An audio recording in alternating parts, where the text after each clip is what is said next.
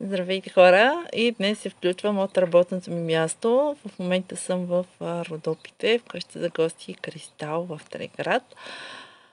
И да, нека ви се представя. Аз съм Томи Боюклийска и помагам на малкия и средния бизнес да бъдат видими онлайн, като изработвам сайтове и онлайн магазини, осъществявам и последваща тяхна поддръжка. Днес ще си говорим за цените и дизайна и етапите при изработката на сайтове. Защо повдигам тази тема? Защото много клиенти, които ми се обаждат, просто искат да чуят някаква здравей, просто искат да чуят някаква конкретна цена. Това е все едно да отидете в, да кажем, къде. Да кажем, искате да си купите кола и отивате и казвате, искам кола. Да, ама каква? Каква работа да върши?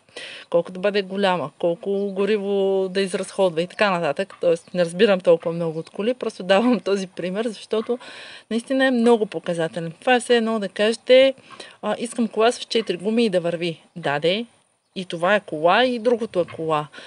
Но каква работа върши едното и другото, същото е и с сайтовете.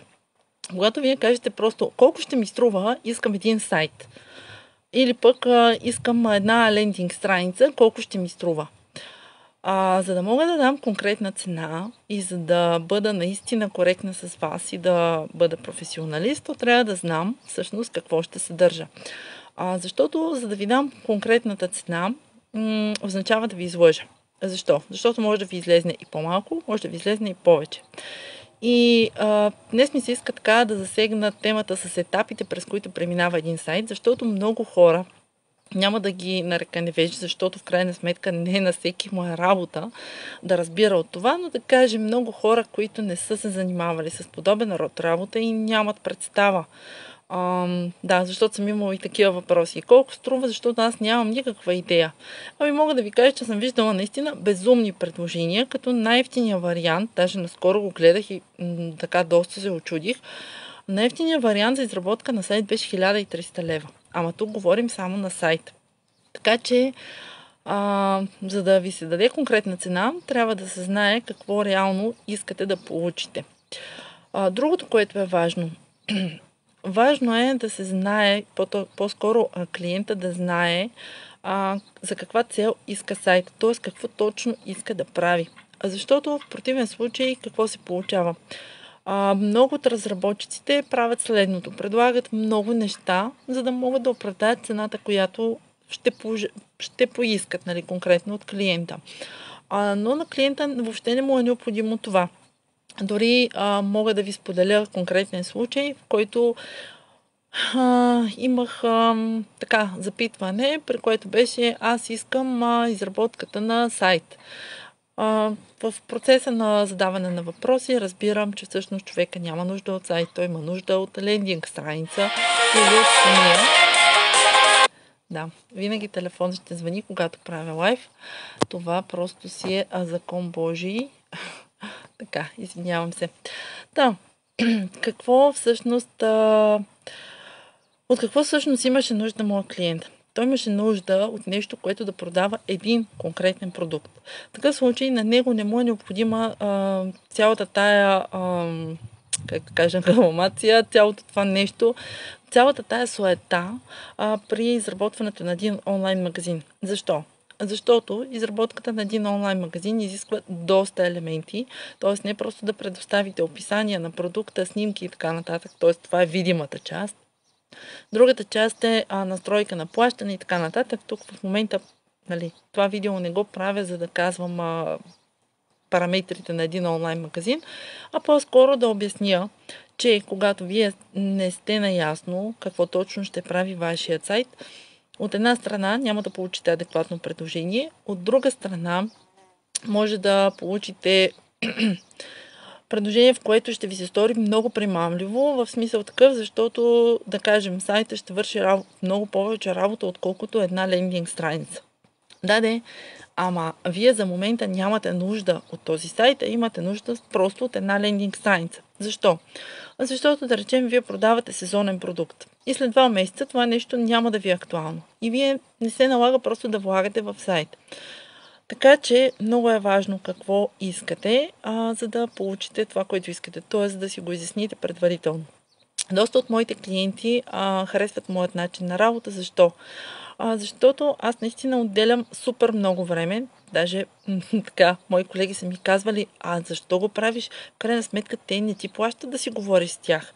Да, ама аз като разработчик, ако не знам ти какво искаш, как ще получиш този конкретен продукт. И смятам, че цялата тази комуникация е изключително полезна и за двете страни и не е губене на време, защото понякога в главата на клиента има някакви неща, които въобще не са резонни. Но той няма как да ги знае. Той просто ги е видял някъде и иска нещо подобно. Ама в неговия случай не само няма да му помогне, а ще му навреди. Да кажем, вижда някъде супер шарен, раздвижен сайт и така нататък, но този сайт има цел да информира. Т.е. този сайт има за цел само да привлича някакъв трафик, който да чете. А ние искаме, да кажем в конкретния случай, ние искаме на този сайт какво да се случва, клиента просто да натиска определен тип бутони и да стигне до място, което ние желаем. Тоест, при нас, в нашия случай, е опция сайта да бъде максимално изчистен, за да може да няма разсейващи елементи.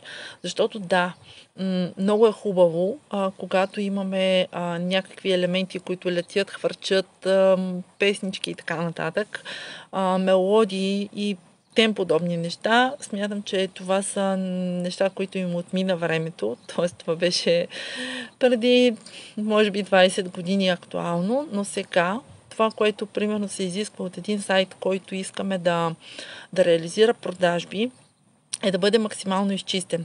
Дори наскоро имах такъв клиент, който ми каза, виж, искам тук, когато влезне клиента, да не се разсейва с абсолютно нищо. И това беше човек, който знае какво иска и защо го иска, разбира се.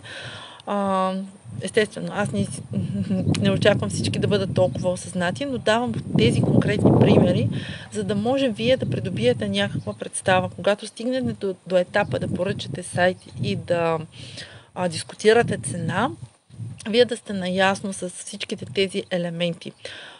И човека всъщност, за който говоря в момента, той продаваше един конкретен продукт, искаше просто да доведе, т.е. да преведе клиента от най-горе в фунията, долу, възможно най-много продукти да купи. Като казвам много, имам предвид от един и същи вид. Т.е. апсела не беше с различен тип продукти. И ние на тази страница дадохме абсолютно цялата информация за продукта, защо да го купи, как да го използва, отзиви от доволни клиенти. Абсолютно всичко, което беше нужно, го поместихме в тази страница, за да може клиента да не му се налага да се мести, да ходи някъде по сайта, да се разсейва и да забрави защо е там. Така че, ако вашият случай е такъв, то това е подходящо решение. Ако вашият случай е аз искам да привличам клиенти и след това те да ме харесат, примерно начина ми на работа, да речем моето виждане за нещата, то тогава аз ще съм окей да поместя на сайта си някакви клипове, забавни, дори полезни, как се правят някои неща. И по този начин аз стана по-близка с моите потенциални клиенти и след това да им продавам.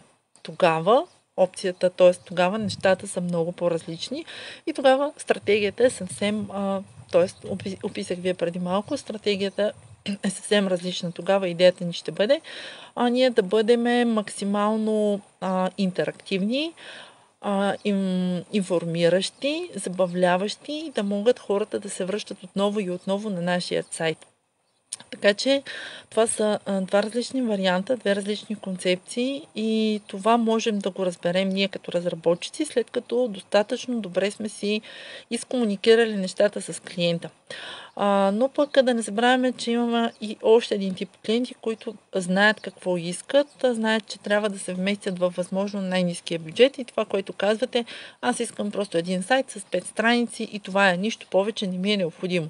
Тогава подходът е съвсем различен. Тогава просто казвам, окей, избери си дизайн, избери си име на сайта и заедно ще преминем през стъпките. Много от моите клиенти срещат затруднения при закупуването на хост и домейн.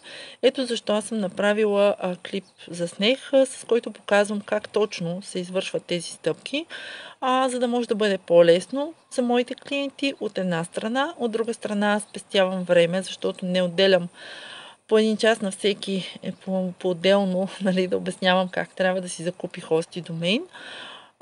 И да, винаги предпочитам хоста и домейна да бъдат от едно и също място, въпреки че могат да бъдат от различни места, т.е. от различен доставчик.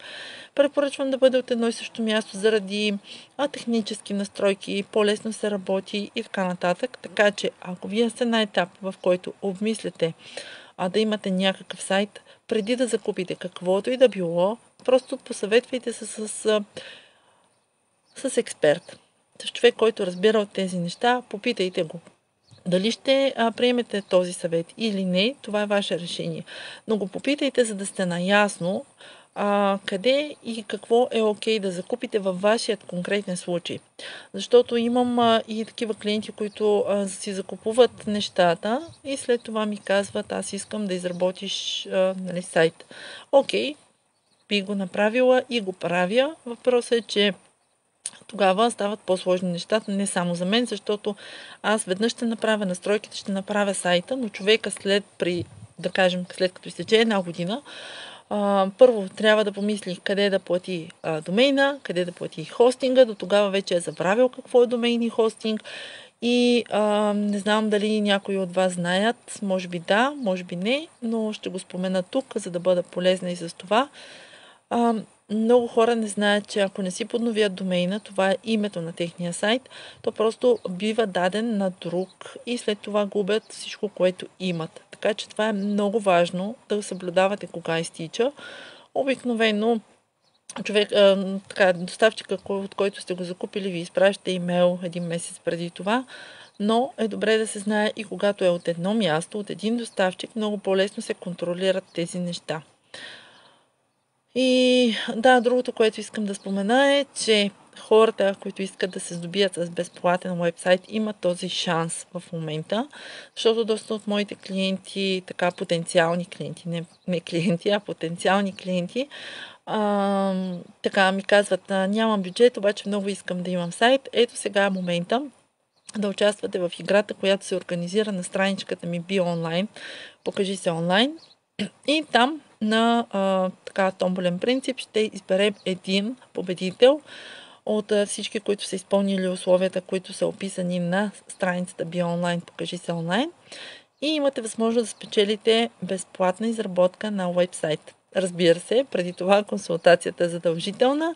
Когато изберем човека, аз ще се свържа с него и разбира се ще дискутираме какво точно иска да получи, за да може наистина в крайна сметка да получи най-подходящият продукт за него. И продължавам да смятам, че най-доброто е да има добра комуникация. Добра комуникация между клиента и разработчика, за да наистина да се получи един краен продукт. Знам, че това е време, което е вложено и инвестирано е, за да може наистина аз да работя по-спокойно от една страна и от друга страна клиента да бъде абсолютно спокоен, че нещата му вървят както да трябва и получава това, което е искал. Така че това от мен за сега. Пожелавам ви един усмихнат, прекрасен и слънчев ден и не забравяй да се абонираш за канала ми в YouTube Дамис Vision. До скоро!